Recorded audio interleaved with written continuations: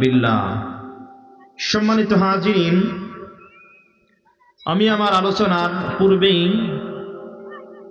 আলোচনার বিষয়বস্তু আপনাদেরকে জানিয়ে দিতেছি। আজকে আমার আলোচ্য বিষয় হলো এই দুনিয়াতে আমার আপনার উপরে বিপদ আপদ কেন আসে। বিপদ আপদ আল্লাহ তাআলা আমার আপনার উপরে কেন দেয়, সেই সংক্রান্ত ইনশাআল্লাহ আমরা আলোচনা করব এবং শুনব। সম্মানিত হাজিরিন, তো নির্দিষ্ট বিষয় সংক্রান্ত আপনাদের সামনে যে আয়াতে কারিমা তেলাওয়াত করেছি, রব্বে কারীম বলেছেন ওয়ামা আসাবাকুম মিন মুসিবা, হে মানব সম্প্রদায়, তোমাদের কাছে আমি আল্লাহর পক্ষ থেকে যত বালা মুসিবত বিপদ আপদ পৌঁছাই, ফাবিমা কাসাবাত আইদুকুম, তা হলো সব তোমাদের দুই হাতের উপার্জন, দুই হাতের কামাই। অর্থাৎ তোমাদের গুনাহের কারণে, তোমাদের অপরাধের কারণে আমি আল্লাহর পক্ষ থেকে তোমাদের উপরে বিপদ আপদ পতিত হয়। এরপরে আল্লাহ বলেন ওয়া ইয়াফু আন কাসীর, আর আমি আল্লাহ অনেক অপরাধকে, অনেক গুনাহকে এমনিতেই ক্ষমা করে দিই। সুবহানাল্লাহ বলি। আমি আপনি দুনিয়াতে যে সমস্ত নেক আমল করি, এই সমস্ত নেক আমলের দ্বারা রব্বে কারীম আমার আপনার আমলনামা থেকে গুনাহে সগীরা, ছোট ছোট গুনাহগুলি মাফ করে দেন। কিন্তু যে সমস্ত গুনাহ কবিরা, বড় গুনাহ, এগুলাকে আল্লাহ তাআলা বান্দা বান্দির কোনো ইবাদতের মাধ্যমে কবুল ক্ষমা করেন না, বরং এর জন্য খাঁটি দিলে তওবা করা শর্ত। কবিরা গুনাহ করার পরে কোনো বান্দা বান্দি যদি খাঁটি দিলে তওবা করতে পারে, তাহলে অবশ্যই রব্বে কারীম তার জীবনের গুনাহ মাফ করবেন। অন্যথায় কবিরা গুনাহ আল্লাহ তাআলা শুধুমাত্র কেবলমাত্র আমলের দ্বারা ক্ষমা করবেন না। সম্মানিত হাজিরিন, তো কি অপরাধ, যে অপরাধের কারণে আল্লাহ তাআলা আমার আপনার উপরে শাস্তি নাজিল করে, সে অপরাধগুলোর কথা আমরা শুনবো এবং জানবো। সম্মানিত হাজিরিন, আমি আপনি এই পৃথিবীতে অনেক অপরাধের সাথে জড়িত, কিন্তু আল্লাহ তাআলা আমার আপনার প্রত্যেকটা অপরাধের শাস্তি দেন না। আল্লাহ তাআলা সেই কথাটাই সূরাতুল ফাতিরের ভিতরে খুব সুন্দর করে তুলে ধরেছেন। আল্লাহ বলেন ওয়ালাউ ইউআখিযুল্লাহুন নাসা বিমা কাসাবু, আমি আল্লাহ যদি আমার বান্দা বান্দির প্রত্যেকটি অপরাধের কারণে গ্রেফতার করতাম, পাকড়াও করতাম, মা তারাকা আলা যাহরিহা মিন দাব্বাতিন, তাহলে এই জমিনের উপরে, ভূপৃষ্ঠের উপরে আমার কোন মাখলুককে আমি বাঁচিয়ে রাখতাম না, সকলকে আমি ধ্বংস করে দিতাম। তো রব্বে কারীম আয়াতে কারিমার ভিতরে সুস্পষ্ট জানিয়ে দিলেন, আমি আমার বান্দা বান্দির প্রত্যেকটি অপরাধের কারণে গ্রেফতার করি না, শাস্তির সম্মুখীন আমার বান্দা বান্দিকে আমি করি না। কারণ প্রত্যেকটা অপরাধের কারণে আমি যদি আমার বান্দা বান্দিকে শাস্তি দিতাম, যদি তাদেরকে পাকড়াও আর গ্রেফতার করতাম, মা তারাকা আলা যাহরিহা মিন দাব্বাতিন, তাহলে এই জমিনের উপরে আমি আল্লাহ একটা প্রিয়ানাকেও রেখে দিতাম না, বাঁচতে দিতাম না। সুবহানাল্লাহি ওয়া বিহামদিহি। আল্লাহ তাআলা কিছু কিছু গুনাহকে দেখেও না দেখার ভান করেন। আল্লাহ তাআলা সেই গুনাহের ব্যাপারে বান্দা বান্দিকে পাকড়াও করেন না, শাস্তির সম্মুখীন করেন না। যদি করতেন, তাহলে আমার আপনার অপরাধের কারণে জমিনে অন্য যে সমস্ত মাসুম আর নিষ্পাপ প্রাণী আছে, একটা প্রাণীকেও আল্লাহ তাআলা জমিনে বাঁচার অধিকার দিতেন না। সম্মানিত হাজিরিন, নবীজি সাল্লাল্লাহু আলাইহি ওয়াসাল্লাম একটা হাদিসের ভিতরে কয়েকটি মারাত্মক অপরাধের কথা জানিয়ে দিয়েছেন, যে অপরাধগুলো যখন দুনিয়ার মানব সম্প্রদায়ের থেকে সংগঠিত হবে, এই অপরাধগুলো যখন বান্দা বান্দি করবে, তখন বান্দা বান্দির উপরে কেমন আযাব আর গজব নাজিল হবে, নবীজি সাল্লাল্লাহু আলাইহি ওয়াসাল্লাম খুব সুন্দরভাবে তিরমিজি শরীফের এই হাদিসের ভিতরে আমাদেরকে জানিয়ে দিয়েছেন। আন আবি হুরায়রা রাদিয়াল্লাহু তাআলা আনহু আন্নাহু ক্বাল, নবীজি সাল্লাল্লাহু আলাইহি ওয়াসাল্লামের দ্বিতীয় স্তরের সবথেকে বড় মুহাদ্দিস সাহাবী নাম হলো হযরত আবু হুরায়রা রাদিয়াল্লাহু তাআলা আনহু, তিনি থেকে হাদিস বর্ণিত।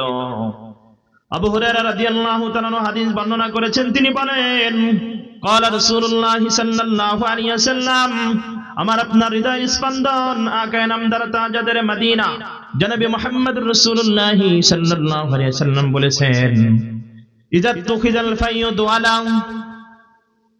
দুনিয়ার মানব সম্প্রদায় যখন গনিমতের মালকে ব্যক্তিগত মাল হিসাবে গ্রহণ করবে, ওয়াল আমানাতু মাগনামা, এবং আমানতের মালকে যখন গনিমতের মাল হিসাবে ব্যবহার করা শুরু করে দিবে, ওয়াজ যাকাতু মাগরামা, এবং মালের উপরে যখন যাকাত ওয়াজিব হয়, যাকাত দেওয়ার সময় যখন বান্দা বান্দি যাকাত দেওয়াকে জরিমানা হিসাবে গ্রহণ করবে, যাকাত যে আল্লাহ তাআলার ফরজ একটা বিধান, যখন তারা ফরজ বিধান হিসাবে পালন করবে না, বরং তারা এই যাকাতকে নিজের মালের উপরে জরিমানা মনে করবে। তারা মনে করবে যে এই যাকাত আমাদেরকে দেওয়া হইতেছে আমাদের মালের উপরে জরিমানা স্বরূপ। এমন অপরাধের সাথে যখন এই দুনিয়ার মানব সম্প্রদায় জড়িত হয়ে যাবে,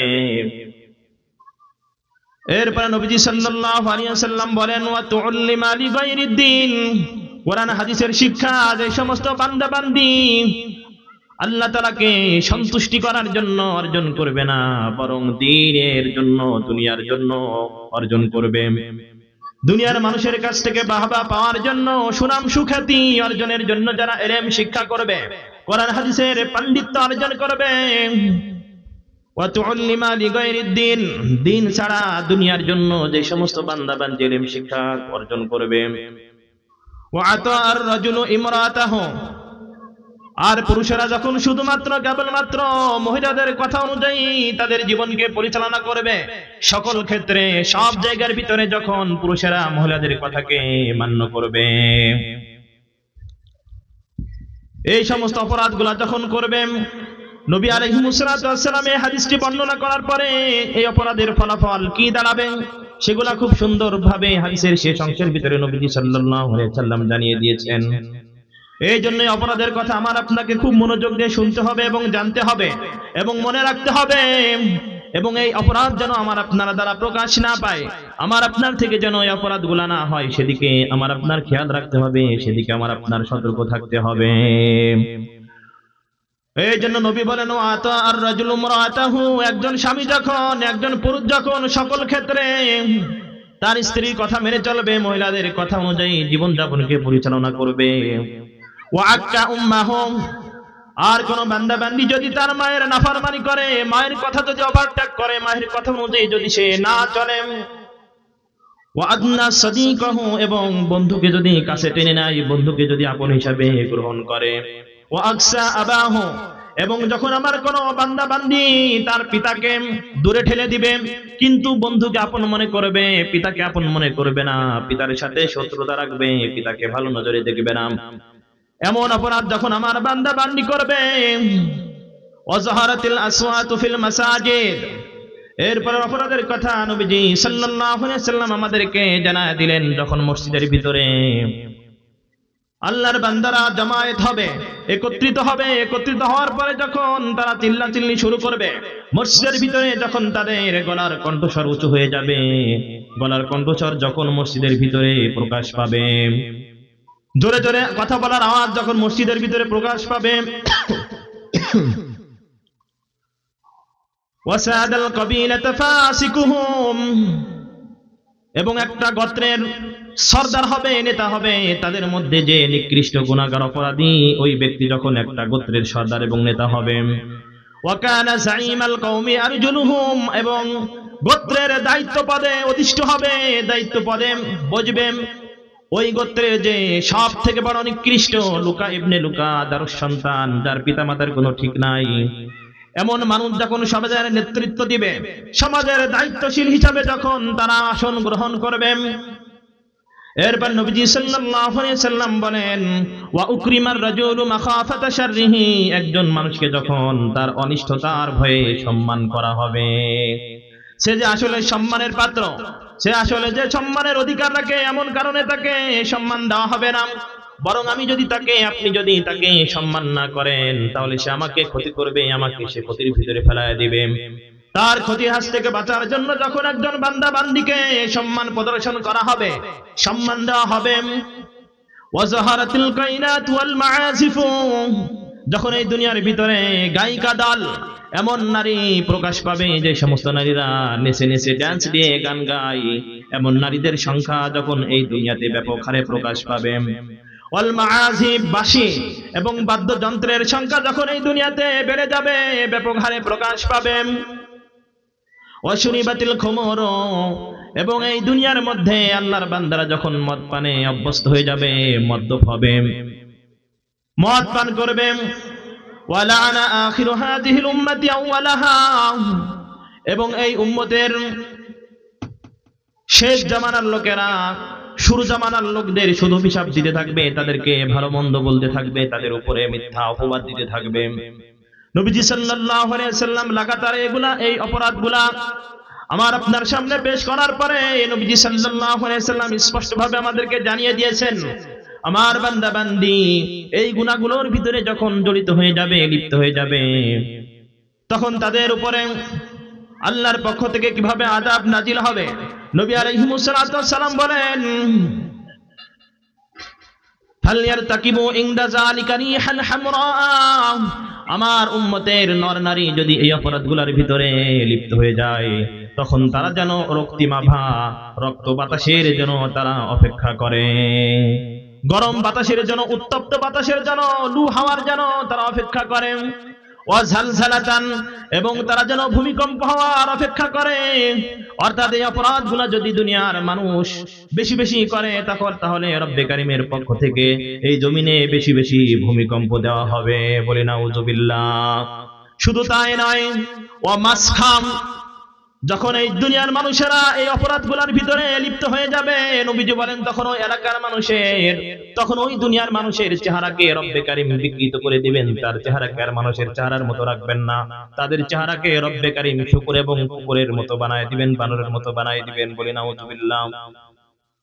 ওয়া খাসফা, শুধু তাই নয়, যে এলাকার লোক, যে সম্প্রদায়ের লোক এই অপরাধগুলোর ভিতরে জড়িত হবে, লিপ্ত হয়ে যাবে, রব্বে কারিম ওই এলাকার লোককে জমিনের নিচে ধসায় দিবেন, ওই এলাকার লোকজন সহ ওই জমিনকে নিচের দিকে রব্বে কারিম দাবিয়ে দিবেন, ধসিয়ে দিবেন, বলি নাউযুবিল্লাহ। ওয়াকাতফা, এবং আসমান থেকে রব্বে কারিম প্রচুর পরিমাণে শিলাবৃষ্টি বর্ষণ করবে, শিলাবৃষ্টি বর্ষণের পরে এই জমিনের মানুষের ফসল ফলাদি যেগুলো আছে এগুলা সব বিনষ্ট হয়ে যাবে, ধ্বংস হয়ে যাবে। শুধু তাই নয়, নবীজি বলেন, ওয়া আয়াতিন তাতাবাউ, আমার উম্মতের পরে, আমার উম্মতের উপরে অপরাধগুলা করার পরে আমার উম্মতের উপরে এমন অনেক ধরনের শাস্তি লাগাতার একের পর এক নেমে আসতে থাকবে। নবীজি সাল্লাল্লাহু আলাইহি ওয়াসাল্লাম এবার একটা খুব সুন্দর উদাহরণ দিলেন। নবীজি বললেন, কা নিজামিন বালিন কুতিয়া শিলকুহু ফাতাতাবাউ, যেমন তসবির দানা, তসবির ভিতর থেকে সুতা যদি ছিঁড়ে যায়, তসবির সুতা ছিঁড়ে যাওয়ার পরে তসবির দানা যেমন একের পর এক লাগাতার পড়তেই থাকে, ঠিক তেমনি ভাবে আমার উম্মতের নর নারীরা যখন এই অপরাধগুলোর ভিতরে লিপ্ত হয়ে যাবে, তখন আমার উম্মতের উপরে একের পর এক তসবির দানা ছিঁড়লে যেমন ভাবে, তসবির সুতা ছিঁড়লে যেভাবে তাদের উপরে একের পর এক তসবির দানা পড়তে থাকে, ঠিক আমার উম্মতের উপরে আল্লাহর পক্ষ থেকে একের পর এক বালা মুসিবত এসে হাজির হয়ে যাবে, বলি নাউযুবিল্লাহ। সম্মানিত হাজিরিন, খুব মনোযোগ দিয়ে আমাদের শুনতে হবে। যে অপরাধের তালিকাগুলো আপনাদের সামনে পেশ করা হলো, আমি আপনাদের সামনে পেশ করেছি, এই অপরাধগুলো যদি আমার আপনার থেকে এবং এই দুনিয়ার মানুষ থেকে প্রকাশ পায়, নবী আলাইহিস সালাম বলেন, তখন আমার উম্মতের উপরে, এই দুনিয়ার মানব সম্প্রদায়ের উপরে এমন ভাবে আল্লাহর পক্ষ থেকে এক একটা বালা মুসিবত নেমে আসবে, যেমন ভাবে তসবির সুতা ছিঁড়ে গেলে তসবির দানা ঝনঝন করে যেমন একের পর এক লাগাতার পড়তে থাকে, ঠিক তেমনি ভাবে রব্বে কারিমের পক্ষ থেকে এই মানব সম্প্রদায়ের উপরে, দুনিয়াবাসীর উপরে বালা মুসিবত বিপদ আপদ নেমে আসবে, আল্লাহর পক্ষ থেকে নাজিল হতেই থাকবে, বলি নাউযুবিল্লাহ। সম্মানিত হাজিরিন, এবার হাদিসের একটু বিশ্লেষণ করি। প্রথম পয়েন্ট, নবী আলাইহিস সালাম বলেছেন, ইযা তুখিযাল ফাইউ দুআলা, যখন মানুষ মালে ফাইকে তাদের ব্যক্তিগত সম্পদ মনে করবে, ব্যক্তিগত সম্পদ হিসাবে গ্রহণ করবে। তো মালে ফাই কাকে বলে? মালে ফাই আর মালে গনিমত, এটা আমাদের বুঝতে হবে। মালে ফাই বলা হয় ওই সম্পদকে, যেই সম্পদ মুসলমানেরা কাফেরদের থেকে কোন ধরনের যুদ্ধ ছাড়াই জব্দ করেছে, আয়ত্ত করেছে। অর্থাৎ মুসলমান সৈন্যবাহিনী কাফেরদের সাথে লড়াই করার জন্য জিহাদের ময়দানে গিয়েছে। জিহাদের ময়দানে যাওয়ার পরে কাফেররা মুসলমানদের সাথে যুদ্ধ করে নাই, মুসলমানদের দেখে পালিয়ে গেছে। তাদের মাল সামান আসবাবপত্র যেগুলা ছিল সবগুলা যুদ্ধের ময়দানে রেখে পালিয়ে গেছে। তো এই মাল সামানা যদি মুসলমানরা গ্রহণ করে তখন এই মাল সামানাকে বলা হয় মালে ফাই, তথা যুদ্ধ ছাড়াই অর্জিত মাল। তো যুদ্ধ ছাড়াই অর্জিত মাল যখন আমার উম্মতের লোকেরা নিজেদের সম্পত্তির মতো, নিজেদের সম্পদের মতো ভোগ বিলাস করবে, ব্যবহার করবে। আর মালে গনিমত বলা হয় ওই সম্পদকে যেই সম্পদটা মুসলমান সৈন্যবাহিনীরা কাফেরদের সাথে জিহাদ করে তাদেরকে পরাজিত করে তাদের কাছ থেকে যেই মাল সম্পদ আসবাবপত্র অর্জন করে সেগুলাকে বলা হয় মালে গনিমত। তো নবী আলাইহিস সালাম বলেন, যখন মালে ফাইকে মানুষ ব্যক্তিগত সম্পদ হিসাবে গ্রহণ করবে এবং মালে গনিমতকে, আমানতের মালকে যখন গনিমতের মাল হিসাবে তারা নিজেদের কাছে আত্মসাৎ করে নিবে। 3 নম্বর পয়েন্ট, ওয়াসাকাতু মাগরামা, যখন একজন বান্দা তার মাল থেকে যাকাত দিবে, এই যাকাত দেওয়া আল্লাহ তার উপরে ফরজ করেছে, ফরজ হিসাবে সে দিবে না, বরং সে মনে করবে আল্লাহ আমার এই মালের উপরে জরিমানা নির্ধারণ করেছে, জরিমানা হিসাবে সে যাকাত আদায় করবে। ওয়া তুউল্লিমা লিগাইরিদ দ্বীন, এবং দ্বীনি ইলম শিক্ষা করাটা যার মাকসাদ ছিল আল্লাহ তাআলাকে রাজি করা, তো বান্দা বান্দি আল্লাহকে রাজি করার জন্য নয়, বরং মানুষের কাছে সুনাম সুখ্যাতি অর্জনের জন্য যদি কোনো বান্দা বান্দি ইলম অর্জন করে। ওয়া তাআর রাজুলু ইমরাআতাহু, এবং প্রত্যেকটি ক্ষেত্রে পুরুষ মানুষ যদি মহিলাদের নেতৃত্ব মানে নেয়, মহিলাদের কথা অনুযায়ী চলে। ওয়া আক্কা উম্মা, আর কোন নর নারী যদি তার মায়ের কথা অবহেলা করে, মায়ের কথা যদি মেনে না চলে। ওয়া আদনা সাদিকাহু, এবং কোন বান্দা বান্দি যদি তার পিতাকে দূরে ঠেলে দেয়। ওয়া আদনা সাদিকাহু, এবং বন্ধুকে আপন মনে করে। ওয়া আকসা আবাহু, এবং পিতাকে দূরে ঠেলে দেয়, পিতাকে সে তার আপন মনে করে না, পিতার সাথে সম্পর্ক ভালো রাখে না, বরং বন্ধুর সাথে সম্পর্ক ঠিক রাখাকে সে সব থেকে বড় গুরুত্বপূর্ণ মনে করে। যখন এই শাস্তিগুলা, যখন এই অপরাধগুলা বান্দা বান্দি করবে, তখন রব্বে কারীমের পক্ষ থেকে এই উম্মতের উপরে আযাব গজব নাজিল হওয়া আবশ্যক হয়ে যাবে, বলি নাউযুবিল্লাহ। এরপরে পয়েন্ট যেটা নবী আলাইহিস সালাম বলেছেন অতীব গুরুত্বপূর্ণ, ওয়াজাহারাতিল আসওয়াতু ফিল মাসাজিদ, দুনিয়ার মসজিদগুলোর ভিতরে যখন চিল্লা চিল্লি প্রকাশ পাবে, মানুষেরা মসজিদের ভিতরে যে দিনের কথা বলবে না, বরং দুনিয়াবি কথা নিয়ে যখন শোরগোল করবে, চিল্লাচিল্লি করবে। সম্মানিত হাজিরিন, এটি অতীব গুরুত্বপূর্ণ একটি বিষয়। এই বিষয় সম্পর্কে কয়েকটা হাদিস আপনাদের সামনে পেশ করছি, যেখানে নবী আলাইহিস সালাম আমাদেরকে মসজিদের ভিতরে চিল্লাচিল্লি করা থেকে নিষেধ করেছেন, আমাদেরকে সতর্ক করেছেন। ইবনে মাজাহ শরীফ থেকে একটি হাদিস আপনাদের সামনে পেশ করতেছি। আন আবি হুরায়রা রাদিয়াল্লাহু তাআলা আনহু قال, নবীজি সাল্লাল্লাহু আলাইহি ওয়াসাল্লামের বিশিষ্ট সাহাবী হযরত আবু হুরায়রা রাদিয়াল্লাহু তাআলা আনহু থেকে বর্ণিত হাদিস, তিনি বলেন, قال রাসূলুল্লাহ সাল্লাল্লাহু আলাইহি ওয়াসাল্লাম, আমার আপনার প্রিয় নবীজি মুহাম্মদ রাসূলুল্লাহ সাল্লাল্লাহু আলাইহি ওয়াসাল্লাম বলেছেন, জান্নিবুল মাসাজিদা সিবিয়ানাকুম, ও আমার উম্মতেরা তোমরা শুনে রাখো, যখন তোমরা মসজিদের ভিতরে যাইবা, মসজিদের ভিতরে যাওয়ার পরে মসজিদের ভিতরে যেন কোনো পাগল প্রবেশ করতে না পারে, এদিকে তোমাদের সতর্ক থাকতে হবে। কারণ পাগল যদি মসজিদের ভিতরে প্রবেশ করে, পাগলের তো জানা নাই মসজিদের আদব কিভাবে বজায় রাখতে হয়, মসজিদের ভিতরে কিভাবে বসতে হয়, মসজিদের ভিতরে নীরবের সাথে চুপচাপ করে বসে যেতে হয়, এটা তো পাগলের জানা নাই। এই জন্য তোমরা সর্বপ্রথম জান্নিবুল মাসাজিদা সিবিয়ানাকুম, যত পাগল আছে পাগলদেরকে তোমরা মসজিদের ভিতরে ঢুকতে দিবা না। ওয়া মাজানিনাকুম সিবিয়ানাকুম, জান্নিবুল মাসাজিদা সিবিয়ানাকুম ওয়া মাজানিনাকুম, এবং তোমাদের যত ছোট বাচ্চা আছে, নাবালেগ বাচ্চা আছে, এই নাবালেগ বাচ্চা যারা এখনো কোনো কিছু বোঝে না মসজিদের ভিতরে যে কি করতে হয়, যে সমস্ত বাচ্চারা অতি দুষ্টু, এদেরকে তোমরা মসজিদের ভিতরে ঢুকতে দিবা না, মসজিদের ভিতরে এদেরকে তোমরা নিয়ে প্রবেশ করবা না। কারণ এদের দ্বারা মসজিদের সম্মান ক্ষুণ্ণ হবে, মসজিদের মান মর্যাদা নষ্ট হয়ে যাবে। এই জন্য নবী আলাইহিস সালাম বলেন, জান্নিবুল মাসাজিদা সিবিয়ানাকুম, তোমরা তোমাদের সন্তানদেরকে মসজিদের ভিতরে ঢোকানো থেকে বিরত থাকবা। ওয়া মাজানিনাকুম, এবং পাগল যারা আছে পাগলদেরকে তোমরা মসজিদের ভিতরে ঢুকতে দিবা না। ওয়া শিরাআকুম, এবং মসজিদের ভিতরে তোমরা কোনো জিনিস ক্রয় করবে না। ওয়া বাইআকুম, এবং মসজিদের ভিতরে কোনো সম্পদ নিয়ে, কোনো মাল নিয়ে তোমরা বিক্রয় করবে না। ওয়া খুসুমাতিকুম, এবং তোমরা মসজিদের ভিতরে চিল্লাচিল্লি করবে না, তর্ক বিতর্কে লিপ্ত হবে না। ওয়া রাফা আসওয়াতিকুম, এবং তোমরা মসজিদের ভিতরে উঁচু আওয়াজ করা থেকে, উচ্চ আওয়াজে কথা বলা থেকে তোমরা বিরত থাকবা। দুনিয়াবি কোনো কথা তোমরা মসজিদের ভিতরে তোমরা উঁচু আওয়াজে বলবা না। তোমরা অতি আওয়াজে তোমাদের কণ্ঠস্বর উঁচু করে মসজিদের ভিতরে কোনো দুনিয়াবি কথা বলতে পারবা না। এটা হলো নবী আলাইহিস সালামের নির্দেশ স্পষ্ট। নবী বলেন ওয়া রাফা আসওয়াতিকুম, তোমরা তোমাদের কণ্ঠস্বরকে মসজিদের ভিতরে উঁচু করা থেকে বিরত থাকবা। এরপরে নবী বলেন ওয়াসাল্লা সুয়ুফিকুম, যদি তোমাদের হাতে কোনো তরবারি থাকে, তোমাদের অস্ত্র যদি থাকে, আর অস্ত্র নিয়ে যদি তোমাদের মসজিদের ভিতরে প্রবেশ করতে হয়, তখন অস্ত্র যেন কোষ মুক্ত থাকে, অস্ত্রগুলা যেন কোষ থেকে খালি না থাকে, কারণ এর দ্বারা মানুষের ক্ষতি হওয়ার আশঙ্কা রয়েছে। এই জন্য নবী আলাইহিস সালাম বলেন তোমাদের কাছে যদি কোনো অস্ত্র থাকে, সেই অস্ত্রগুলা তোমরা মসজিদের ভিতরে সতর্কতার সাথে রেখে দিবা। এরপর নবী বলেন ওয়াত্তাখিযু আলা আবওয়াবিহাল মাতাহিরা, মসজিদের গেটে, মসজিদের দরজায় তোমরা ওযুখানা স্থাপন করবা, ওযুখানা নির্মাণ করবা, যেন মানুষ নামাজের উদ্দেশ্যে এসে তাদের ওযু করতে কষ্ট না হয়। এই জন্য তোমরা ওযুখানা নির্মাণ করবা মসজিদের দরজায়। ওয়াজাম্মিরুহা ফিল জুমাই, এবং যখন জুমার দিন এসে হাজির হয়ে যায়, জুমার দিন যখন আসবে, তখন মসজিদের সম্মান রক্ষার্থে, মসজিদের সম্মানার্থে তোমরা মসজিদের ভিতরে খুশবু আর সুগন্ধি লাগিয়ে দিবা।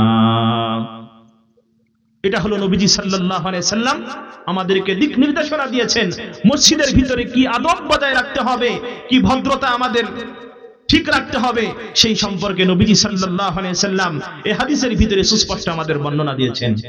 সম্মানিত হাজিরিন, কিন্তু আজকে আমাদের অবস্থা হলো এই, মসজিদের ভিতরে যদি আমরা আগে প্রবেশ করি, তখন মসজিদে যে আমাদের দুনিয়াবি যত কথা আছে সব কথা মসজিদে যে আমাদের শুরু হয়ে যায়।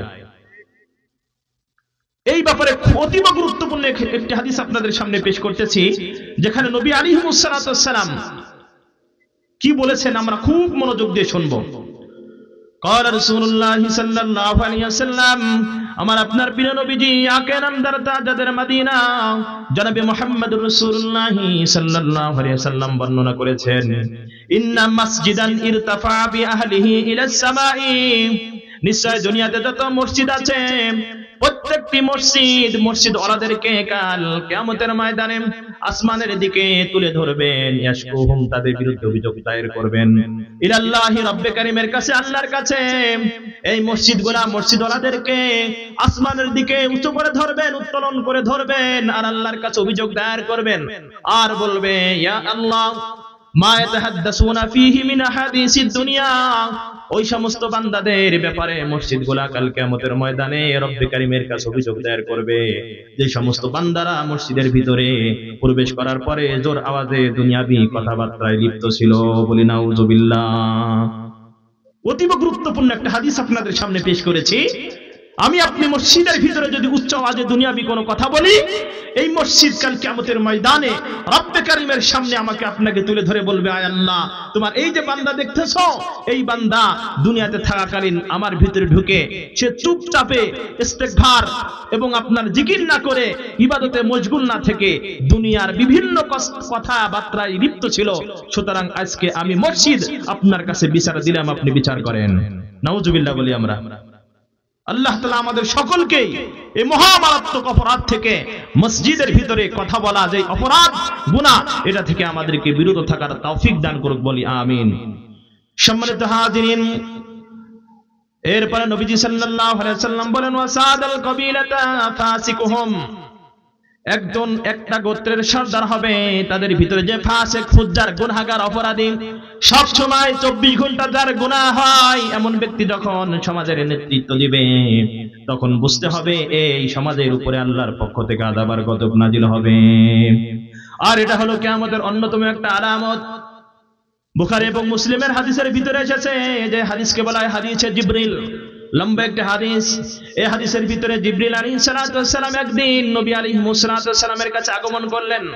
আগমন করার পরে বললেন, আখবিরনি আনিস সাআতি, হে মুহাম্মদ, আপনি আমাকে কিয়ামত সম্পর্কে সংবাদ দিন, কবে কিয়ামত হবে, কিয়ামত সম্পর্কে আপনি আমাকে অবগত করেন। এই কথা যখন জিবরিল আমিন নবী আলাইহিস সালামের কাছে বললেন, ক্বালা, নবীজি বললেন, মাল মাসউলু আনহা বিআলামা মিনাস সাইল। ও আমার ভাই জিবরিল, কিয়ামত সম্পর্কে জিজ্ঞাসাকৃত ব্যক্তি জিজ্ঞেসকারী থেকে বেশি জানে না। অর্থাৎ আপনি যে আমাকে কিয়ামত সম্পর্কে প্রশ্ন করলেন, সুতরাং আপনি যেমন কিয়ামত কবে হবে এই জ্ঞান যেমন আপনার কাছে নাই, ঠিক আমি নবীর কাছেও নাই। সুতরাং কিয়ামত সম্পর্কে কোনো খবর দেওয়ার অধিকার আমার নাই, কোনো ক্ষমতা আমার নাই।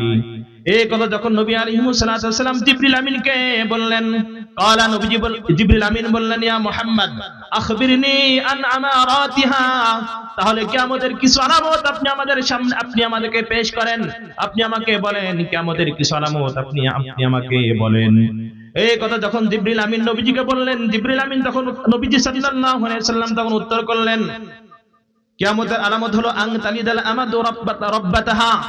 বাদী যতক্ষণ না পর্যন্ত তার মনিবকে, তার মালিককে প্রসব না করবে, ততদিন পর্যন্ত এই জমিনের ভিতরে কিয়ামত কায়েম হবে না। এই হাদিসের অনেকগুলা ব্যাখ্যা আছে, ব্যাখ্যা করতে গেলে আমার মূল উদ্দেশ্য ফৌত হবে, এই জন্য আমি কোনো ব্যাখ্যা করতেছি না। এরপরের পয়েন্ট যেটা নবী আলাইহিস সালাম উল্লেখ করলেন তার নাম হলো ওয়া আন তারাল হুফাতাল উরাতাল আলাতা রিয়া আশাইয়া তাতাওয়ালুনা ফিল বুনিয়ান। হে আমার ভাই জিবরিল, তুমি শোনো, কিয়ামতের আলামতের মধ্য থেকে অন্যতম একটা আলামত হলো তুমি দেখবে আল হুফাতা, খালি পায়ে, যাদের পায়ে কোনো জুতা ছিল না, আল উরাতা, উলঙ্গ, অর্থাৎ যাদের এমন কোনো পরিস্থিতি ছিল না যে কাপড় কিনবে, কাপড় কিনে তাদের পণ্যের ভিতরে পরিধান করবে, এমন অসহায় যারা ছিল, আলাতা, অসহায়, নিঃস্ব ছিল, জমিদাতি, টাকা পয়সা, ধন সম্পদ কোনো কিছুই ছিল না, রিয়াশাই, এবং এদের অবস্থা এমন ছিল যে তারা তাদের শুরু জামানাতে ছাগল বকরি চড়াতো, অন্যের বাড়িতে ছাগল বকরি চড়িয়ে তারা তাদের আয় উপার্জন করত। এই সমস্ত নিঃস্ব ব্যক্তিদেরকে যখন আপনি দেখবেন ইয়াতাতাওয়ালুনা ফিল বুনিয়ানি, বড় বড় বিল্ডিং, দালান আর অট্টালিকা নির্মাণের কাজে প্রতিযোগিতা শুরু করেছে, তখন তুমি বুঝে নিবে এই দুনিয়াতে আল্লাহ কিয়ামত কায়েম করতে আর দেরি রাখবেন না। তাহলে যারা নিঃস্ব থাকবে, হুফাতা, পরিস্থিতি এমন ছিল যে একটা জুতা স্যান্ডেল কিনে পায়ে পরিধান করবে এমন অবস্থা তার ছিল না। আর ওরা উলঙ্গ, বাজার থেকে একটা কাপড় কিনে সে তার পণ্যে পরিধান করবে এই পরিস্থিতি তার ছিল না। রিয়াশা, মানুষের বাড়িতে গরু রাখাল ছিল, ছাগল চড়িয়ে সে তার জীবিকা নির্বাহ করত। আলাতা, নিঃস্ব, একেবারে হতদরিদ্র, এই সমস্ত ব্যক্তিদেরকে যখন তুমি দেখবে যে এরা দুনিয়াতে বড় বড় দালান কোঠা, 20 তলা, 50 তলা, 100 তলা, 500 তলা বড় বড় দালান কোঠা নির্মাণে প্রতিযোগিতা শুরু করে দিয়েছে, তখন বুঝবে এই দুনিয়াতে কিয়ামত হতে আর বেশি দেরি নাই। সম্মানিত হাজিরিন, এটা আমাদের দুনিয়াতে এখন চলমান হচ্ছে। সম্মানিত হাজিরিন, এরপরে নবী আলাইহিস সালাম বলেন, ওয়া উকরিমার রাজুলু মাখাফাতা শাররিহি। আমি আপনি কিন্তু আজকে মানুষকে সম্মান করি এই ভয়ে যে আমি যদি তাকে সম্মান করি সে আমাকে সম্মান করবে, সে আমাকে ভালো রাখবে, আর যদি আমি তাকে সম্মান না করি সে তাহলে আমাকে ক্ষতি করবে, ঠিক কিনা বলেন? এই ভয়ে, তার মানুষের ক্ষতির আশায় আমরা আজকে মানুষকে সম্মান করি, সে যে আসলে সম্মানের উপযুক্ত এই কারণে আমরা সম্মান করি না, বরং আমরা তার ক্ষতির ভয়ে আমরা সম্মান করে থাকি, ঠিক কিনা জোরে বলেন? প্রিয় ভাইরা আমার, নবী আলাইহিস সালাম মিশকাত শরীফের একটি হাদিসের ভিতরে খুব গুরুত্বপূর্ণ একটি তথ্য আমাদেরকে দিয়েছেন। এই দুনিয়ায় যদি আমার আপনার ভালো হতে হয়, আমার আপনার যদি ভালো শাসক পেতে হয়, তাহলে সর্বপ্রথম আমার আপনার সংশোধন হতে হবে, আমার আপনার আমলকে ঠিক করতে হবে। নবীজি সাল্লাল্লাহু আলাইহি সাল্লামের সাহাবী হযরত আবু দারদা রাদিয়াল্লাহু তাআলা আনহু থেকে বর্ণিত হাদিস, আন আবি দারদা রাদিয়াল্লাহু তাআলা আনহু আন্নাহু ক্বাল, নবীজি সাল্লাল্লাহু আলাইহি সাল্লামের প্রাণপ্রিয় সাহাবী নাম হলো হযরত আবু দারদা রাদিয়াল্লাহু তাআলা আনহু, তিনি হাদিস বর্ণনা করেছেন, তিনি বলেন, ক্বালা রাসূলুল্লাহ সাল্লাল্লাহু আলাইহি ওয়াসাল্লাম, আমার আপনার কলিজার টুকরা, হৃদয়ের স্পন্দন জনাবে মুহাম্মদ রাসূলুল্লাহ সাল্লাল্লাহু আলাইহি ওয়াসাল্লাম বলেছেন। এই হাদিসটি খুব গুরুত্বপূর্ণ। বর্তমান পরিস্থিতিতে এই হাদিসটি আমার আপনার মাথার ভিতরে খুব ভালোভাবে ঢোকাতে হবে। যাদের কানের ভিতরে মাইকের আওয়াজ পৌঁছাইতেছে, আমি আপনাদের কাছে বিনীত অনুরোধ জানাইতেছি আপনারা হাদিসটি খুব মনোযোগ দিয়ে শুনবেন, খুব গভীর মনোযোগিতার সাথে হাদিসটি শুনবেন। নবী আলাইহিস সালাম বলেন, ক্বাল আল্লাহু তাআলা, আল্লাহ তাআলা হাদিসে কুদসির ভিতরে ইরশাদ ফরমায়াছেন, আল্লাহ বলেন আল্লাহু লা ইলাহা ইল্লা আনা, আমি হলাম একমাত্র আল্লাহ, আমি ছাড়া কোনো মাবুদ নাই, ইবাদতের উপযুক্ত আমি ছাড়া আর কেউ নাই। আনা মালিকুল মুলুকি, আর দুনিয়াতে যত রাজা বাদশা আছে সকল রাজা বাদশার বাদশা হলাম আমি আল্লাহ। ঠিক কিনা জোরে বলেন? সকল বাদশার বাদশা কে বলেন তো? আল্লাহ তাআলা।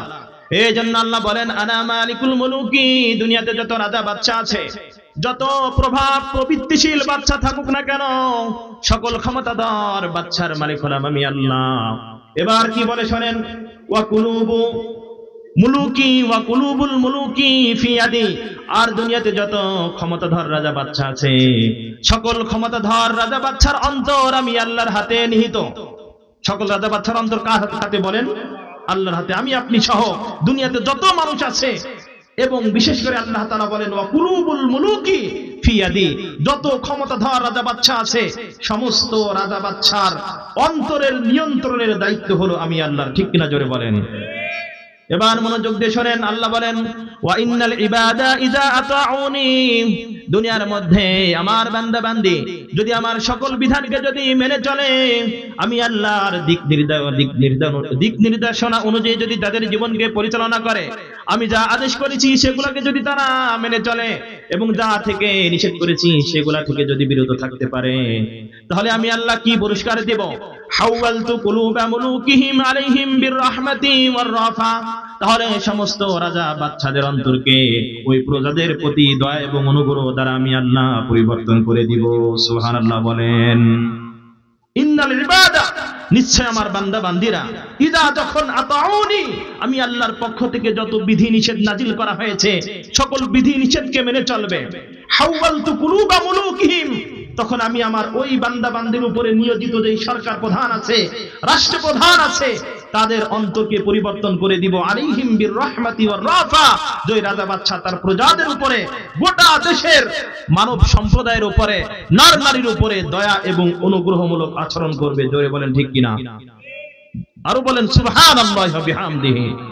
এবার আল্লাহ বলেন ওয়া ইন্নাল ইবাদা ইযা আসাউনি, পক্ষান্তরে আমার বান্দা বান্দি আমার হুকুম ফলো না করে যদি আমার নাফরমানিতে লিপ্ত হয়ে যায়, আমার গুনাহের ভিতরে যদি সে লিপ্ত হয়, আমার কথা যদি না মানে, নিজের মন মতো যদি জিন্দেগি পরিচালনা করেন, হাওয়ালতু কুলুবাহুম, তাহলে আমি ওই রাষ্ট্রের রাষ্ট্রপ্রধান যে থাকবে, গুরুত্ব পদে যারা অধিষ্ঠিত থাকবে, গুরুত্বপূর্ণ পদে যারা বসে থাকবে, বিশেষ করে সরকার প্রধানের অন্তরকে আমি আল্লাহ পরিবর্তন করে দিব বিসুখতাতি ওয়ান নিকমাতি, ওই রাষ্ট্রপ্রধান তার দেশের উপরে, তার দেশের জনগণের উপরে অত্যাচার এবং অবিচারের স্টিম রুলার চালাইবে। বলেন নাউযুবিল্লাহ। এবার আমাকে আপনাকে হাদিস থেকে শিক্ষা নিতে হবে। আল্লাহ তাআলা স্পষ্ট বলেছেন হাদিসে কুদসির ভিতরে, ইন্নাল ইবাদা ইযা আসাউনি, আমার বান্দা বান্দারা যখন আমার নাফরমানির ভিতরে লিপ্ত হয়ে যাবে, হাওয়ালতু কুলুবা মুলুকিহিম, তখন আমি ওই রাজা বাদশার অন্তরকে পরিবর্তন করে দিব এমন ভাবে, বিন নুকমাতি ওয়াস সুখতা, যে রাজা বাদশা তাদের উপরে জুলুম আর অত্যাচারের স্টিম রুলার চালাইতে থাকবে। বলেন নাউযুবিল্লাহ। ফাসামুহুম সুওয়াল আযাবি, তখন এই রাষ্ট্রপ্রধানের পক্ষ থেকে ওই দেশের জনগণের উপরে বিভিন্ন প্রকারের আযাব আর গজব নেমে আসবে, বিভিন্ন প্রকারের শাস্তি তাদেরকে দেওয়া হবে। হয়েছে কিনা বলেন তো? আমি স্পষ্ট কোনো কিছু বলতে চাচ্ছি না, শুধু ইশারা দিতেছি। এটা আমি আপনি সকলেই জানি আমাদের উপরে জুলুম অত্যাচার হচ্ছে কি হয় নাই বলেন? অবশ্যই হয়েছে। কারণ কি? আমাদের দোষ। কাদের দোষ বলেন? আমাদের দোষ। আল্লাহর শর্ত যদি আমরা পূরণ করতাম, তাহলে অবশ্যই আল্লাহ তাআলা আমাদের উপরে যে নিয়মিত রাষ্ট্রের গুরুত্বপূর্ণ পদে যারা ছিল, ওদের অন্তরকে আল্লাহ তাআলা আমাদের প্রতি দয়াশীল বানিয়ে দিতেন। সুবহানাল্লাহ বলি। আর আমি আপনি যেহেতু আল্লাহর নাফরমানির ভিতরে ডুবে গিয়েছি, প্রত্যেকটা ক্ষেত্রে আল্লাহর নাফরমানি করি, এই জন্য আল্লাহ তাআলা আমাদের উপরে যে নিয়োজিত গুরুত্বপূর্ণ পদে যারা আছে তাদের অন্তরকে আমাদের প্রতি কঠোর বানিয়ে দিয়েছে। ঠিক কিনা বলেন? এবার নবীজি খুব সুন্দর আরেকটা পরামর্শ দিয়েছে, দেখেন।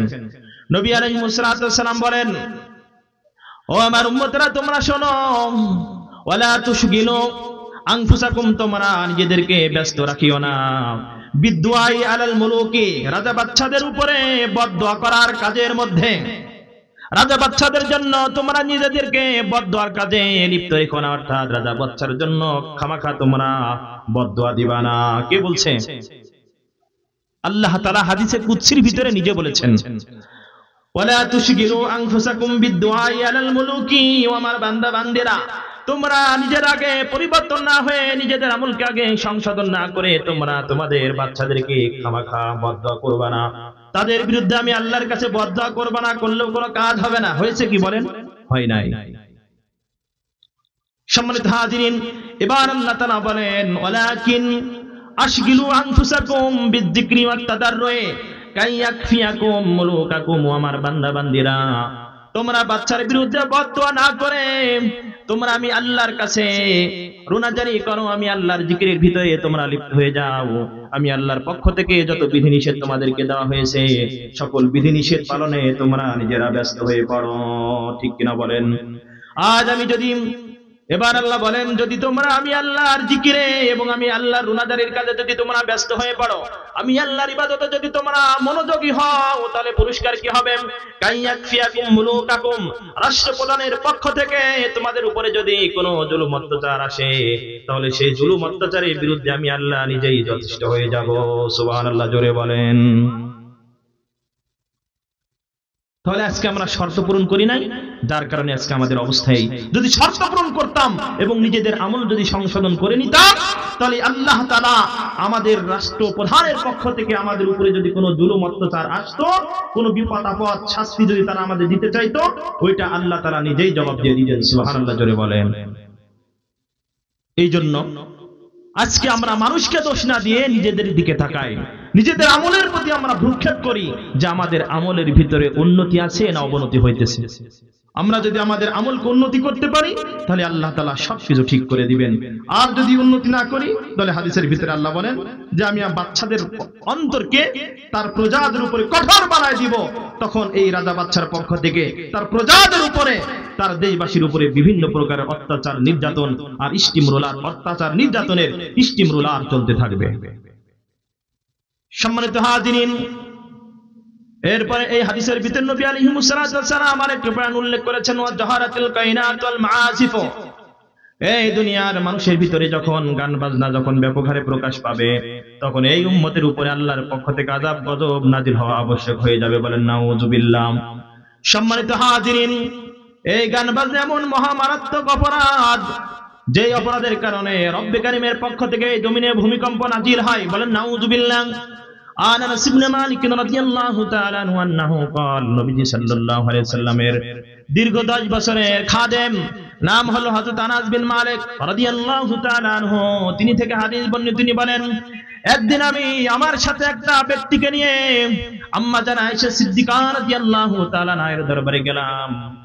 যখন আম্মা জানের কাছে আমরা পৌঁছে গেলাম, তখন আমার সাথে থাকা ব্যক্তি আম্মা জান আয়েশা সিদ্দিকা রাদিয়াল্লাহু তাআলা আনহাকে প্রশ্ন করলেন, বললেন, আম্মা জান আপনি বলেন তো দেখি, লিমা তাসালসালাতিল আরদু, এই জমিনে কেন ভূমিকম্প হয়? এই জমিন কেন জমিন ওয়ালাদেরকে নিয়ে নড়ানড়ি করে, কাঁপাকাঁপি করে, প্রকম্পন জমিনের ভিতরে কেন সৃষ্টি হয়? কারণ আপনি আমাদেরকে স্পষ্ট করেন।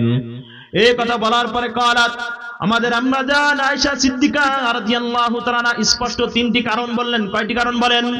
3টি কারণ সুন্দর করে তিনি উপস্থাপন করলেন। নাম্বার 1, আয়েশা সিদ্দিকা রাদিয়াল্লাহু তাআলা বললেন, ইজা ইস্তাহাব্বু জিনা, যখন দুনিয়ার মানব সম্প্রদায় নরনারী যখন জিনা ব্যভিচারকে পছন্দ মনে করবে, জিনা ব্যভিচারকে যখন তারা প্রিয় মনে করবে, জিনা ব্যভিচারকে যখন তারা কোনো অপরাধ মনে করবে না।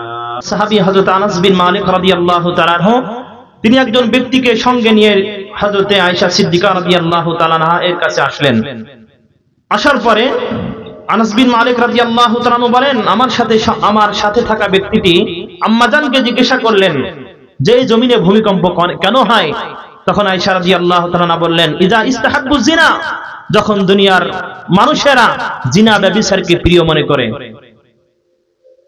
ওয়া শারিবুল খামরা, এবং যখন তারা মদ পানে অভ্যস্ত হয়ে যায়, ওয়া যারাবু বিল মাগানি, ঢোল, ডুগি, তবলা, হারমোনিয়াম ইত্যাদি বাদ্যযন্ত্র নিয়ে যখন তারা গান বাজনা লিপ্ত হয়ে যায়, গারাল্লাহু তাআলা ফি সামাইহি, তখন রব্বে কারীম আসমানের ভিতরে রেগে ফেটে পড়েন। বলেন নাউযুবিল্লাহ। আল্লাহ মহারাগে রাগান্বিত হয়ে যান, ভীষণ রাগে রাগান্বিত হয়ে যান, ক্রোধান্বিত হয়ে যান। ফাকাল লিল্লাহ যত পার জমিনকে অর্ডার করেন, জমিনকে আদেশ করেন, তাসালসালি হে জমিন তুমি কম্পন শুরু করে দাও। বলেন নাউযুবিল্লাহ।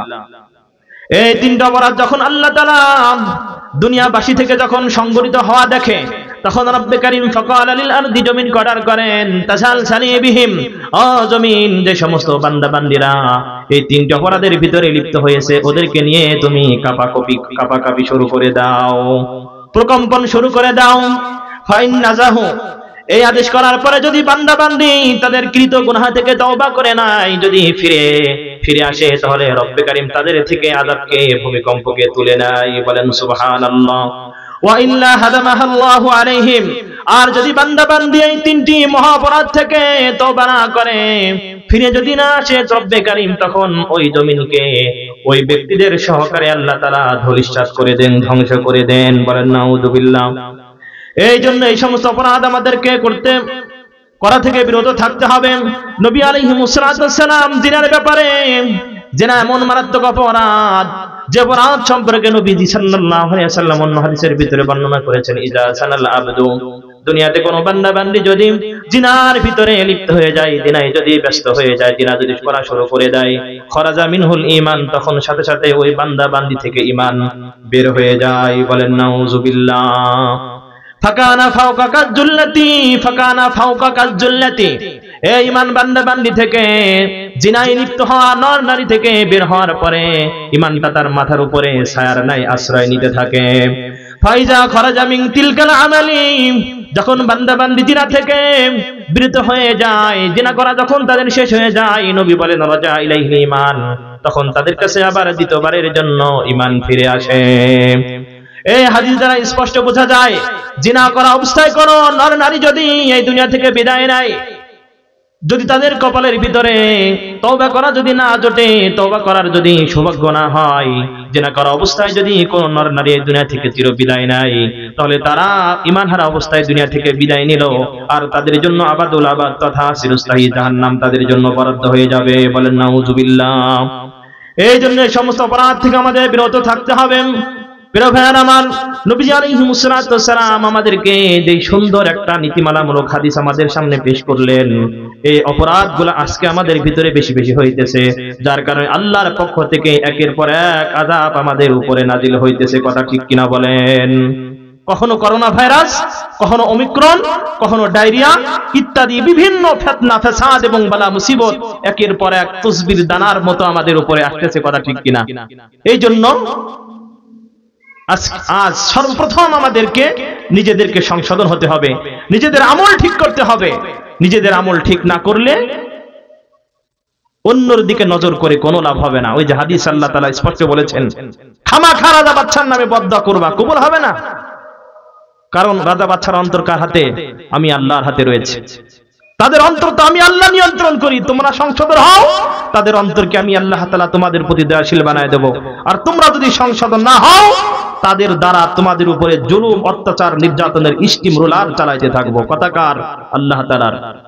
বর্তমান পরিস্থিতিতে এই হাদিসটা আমাদের খুব ভালোভাবে মনোযোগ শুনতে হবে, মনোযোগ দিয়ে শুনতে হবে এবং আমাদের আমল করতে হবে।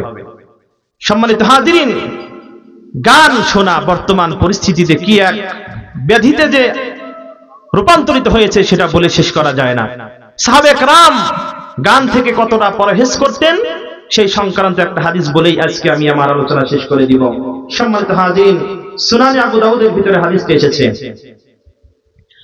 আন নাফিইন قال, বিখ্যাত তাবী হযরতে নাফি বলেন, কুনতুমা ইবনে উমর রাদিয়াল্লাহু তাআলা আনহুমা ফি তারিকিন, আমি একদিন নবীজি সাল্লাল্লাহু আলাইহি ওয়াসাল্লামের একজন প্রিয় সাহাবী, তার নাম হলো হযরত আব্দুল্লাহ ইবনে উমর রাদিয়াল্লাহু তাআলা আনহুমা, তার সাথে একদিন আমি রাস্তার ভিতরে ছিলাম। ফাসামিয়া মিজমারান, হঠাৎ করে আব্দুল্লাহ ইবনে উমর রাদিয়াল্লাহু তাআলা আনহুমা কানের ভিতরে বাঁশির আওয়াজ শুনতে পেলেন। কিসের আওয়াজ বলেন? বাঁশির আওয়াজ। বাদ্যযন্ত্র ঢোল হইতে পারে, ডুগি হইতে পারে, তবলা হইতে পারে, অথবা হারমোনিয়াম হইতে পারে। যে কোনো একটা বাদ্যযন্ত্রের আওয়াজ হযরত আব্দুল্লাহ ইবনে উমর রাদিয়াল্লাহু তাআলা আনহুর কানের ভিতরে আসলো। ফাওজা ইসবাই ফি উযুনাইহি, সাথে সাথে হযরত আব্দুল্লাহ ইবনে ওমর রাদিয়াল্লাহু তাআলা আনহুমা তার দুই আঙ্গুলকে কানের ভিতরে ঢুকিয়ে দিলেন। সুবহানাল্লাহ, জোরে বলেন। ওয়ানা আলিত তারিকিল ওয়ানা ইলাল জানিবিল আখারি। এরপর হযরত আব্দুল্লাহ ইবনে ওমর রাদিয়াল্লাহু তাআলা আনহুমা যে পথ দিয়ে তিনি হেঁটে যাচ্ছিলেন, হঠাৎ করে তিনি ওই রাস্তা পরিবর্তন করে নিলেন। জোরে বলেন সুবহানাল্লাহ। ওয়ানা আলিত তারিকি ইলাল জানিবিল আখারি। হযরত আব্দুল্লাহ ইবনে ওমর রাদিয়াল্লাহু তাআলা আনহুমা যে রাস্তা দিয়ে হেঁটে যাইতেছিলেন, হযরত নাফি বলেন যখনই তার কানের ভিতরে ওই বাদ্যযন্ত্রের আওয়াজ এসে পৌঁছালো, তখন তিনি রাস্তা পরিবর্তন করে অন্য রাস্তা দিয়ে হাঁটা শুরু করলেন। সুম্মা ক্বালা লি বাদা আন বাউদা, কিছুক্ষণ যাওয়ার পরে হযরত আব্দুল্লাহ ইবনে ওমর আমাকে বলল, ইয়া নাফিউ, হে নাফি, হাল তাসমাউ শাইআন, তুমি কি এখন আর কোনো আওয়াজ শুনতে পাইতেছো? তুমি কি সেই বাদ্যযন্ত্রের আওয়াজ তোমার কানের ভিতরে শুনতে পাইতেছো? হযরত নাফি বলেন, কুলতু, আমি তখন বললাম, না, আমি আর কোনো আওয়াজ শুনতে পাই না। ফারাফা ইসবাইহি মিন উযুনাইহি, তখন হযরত আব্দুল্লাহ ইবনে ওমর রাদিয়াল্লাহু তাআলা আনহুমা তার দুই আঙ্গুলকে কান থেকে নামিয়ে নিলেন। নামানোর পরে সুম্মা ক্বাল, অতঃপর বললেন, কুনতু মা রাসূলিল্লাহি সাল্লাল্লাহু আলাইহি ওয়াসাল্লাম, হে নাফি তুমি শোনো, আমি যেই কাজটা আজকে তোমার সামনে করলাম, কেন করলাম তুমি শোনো। একদিন আমি আমার প্রিয় নবীজি জনাবে মুহাম্মদুর রাসূলুল্লাহ সাল্লাল্লাহু আলাইহি ওয়াসাল্লামের সাথে ছিলাম। আল্লাহ রাসূলের সাথে আমি একটা রাস্তা দিয়ে হেঁটে যাইতেছিলাম। ফাসামিয়া সাওতা ইয়ারাইন, হঠাৎ করে নবীজি সাল্লাল্লাহু আলাইহি ওয়াসাল্লামের কর্ণকুহরে, নবীজি সাল্লাল্লাহু আলাইহি ওয়াসাল্লামের কানের ভিতরে বাদ্যযন্ত্রের আওয়াজ এসে পৌঁছালো। ফাসানা, তখন নবীজি সাল্লাল্লাহু আলাইহি ওয়াসাল্লাম অমনটাই করেছিল, মিসলুমা সনাতু, যেমনটা আমি আব্দুল্লাহ ইবনে ওমর এখন করলাম। সুবহানাল্লাহ, জোরে বলেন। রাসূল সাল্লাল্লাহু আলাইহি সাল্লামের পদাঙ্ক অনুসরণ কারে কয়? সাহাবা একরাম এটা 100% আমাদের করিয়ে দেখেছেন, ঠিক কিনা বলেন? যার বাস্তব প্রমাণ এই হাদিস। আব্দুল্লাহ ইবনে ওমর রাদিয়াল্লাহু তাআলা আনহু বলেন, হে নাফি, তুমি আমার কার্যকলাপ দেখে অবাক হইতেছো যে আমি ওই আওয়াজ শুনে কানের ভিতরে আঙ্গুল ঢোকালাম, রাস্তা পরিবর্তন করে অন্য রাস্তা দিয়ে চলা শুরু করলাম এবং কিছুক্ষণ পরে আঙ্গুল নামিয়ে ফেললাম। এর কারণ হলো যে তুমি যেভাবে আমার সাথে আজকে চলতেছো রাস্তা দিয়ে, ঠিক তেমনি ভাবে আমি আব্দুল্লাহ ইবনে ওমর রাসূলের সাথে রাস্তা দিয়ে চলতেছিলাম। ফাসামিয়া সাওতায়ারাইন, হঠাৎ করে নবীজির কর্ণকুহরে, নবীজির কানের ভিতরে গান বাজনা বাদ্যযন্ত্রের আওয়াজ পৌঁছালো। নবীজি সাল্লাল্লাহু আলাইহি ওয়াসাল্লাম তখন ঠিক তার দুই আঙ্গুল মুবারককে তার দুই কানের ভিতরে ঢুকিয়ে দিয়েছিলেন, যেভাবে আমি আজকে আমার দুই আঙ্গুলকে কানের ভিতরে ঢুকিয়ে দিয়েছিলাম। কি জন্য? ওই বাদ্যযন্ত্রের আওয়াজ যেন আমি আব্দুল্লাহ ইবনে ওমরের কানের ভিতরে না ঢোকে। সুবহানাল্লাহ, জোরে বলেন। এই ঘটনা কখন ঘটছে? হযরত নাফি বলেন, ওয়া কুনতু ইজা যাকা সগীরান, যখন আমার বয়স একেবারে কম ছিল, অল্প ছিল, তখনকার ঘটনা এখনো আমার মনে আছে। রাসূলের উম্মতেরা যেন শিখতে পারে, শিক্ষা নেয়, সেই জন্য আমি এই হাদিসটি বর্ণনা করে গেলাম। সম্মানিত হাজিরিন, তাহলে সাহাবায়ে কেরাম গান শোনা তো দূরের কথা, গানের ভিতর আজকে আমরা গোপনে গান শোনার জন্য কি করি? ইয়ারফোন ব্যবহার করি, ঠিক কিনা বলেন? আর সাহাবায়ে কেরাম গানের আওয়াজ থেকে বাঁচার জন্য আঙ্গুলের ভিতর দুই আঙ্গুল কানের ভিতরে দিয়েছেন, যেন কোনো গান বাজনার আওয়াজ কানের ভিতরে না আসে। গান বাজনা এত মহামারাত্মক অপরাধ, যার কারণে রব্বে কারীম এই জমিনের ভিতরে ভূমিধস নাজিল করেন এবং মানুষের চেহারাকে শুয়োর এবং বানরের চেহারায় পরিণত করেন। অন্য হাদিসের ভিতরে আছে। সম্মানিত হাজিরিন, যে আলোচনা করলাম, আল্লাহ তাআলা আমাদের সকলকেই এই মহামারাত্মক অপরাধগুলা থেকে বিরত থেকে আমাদের আমলকে সংশোধন করার তৌফিক দান করুক বলে আমিন। ওয়া আখিরু দাওয়ানা আলহামদুলিল্লাহি রাব্বিল আলামিন ওয়া মা আলাইনা ইল্লাল বালাগ।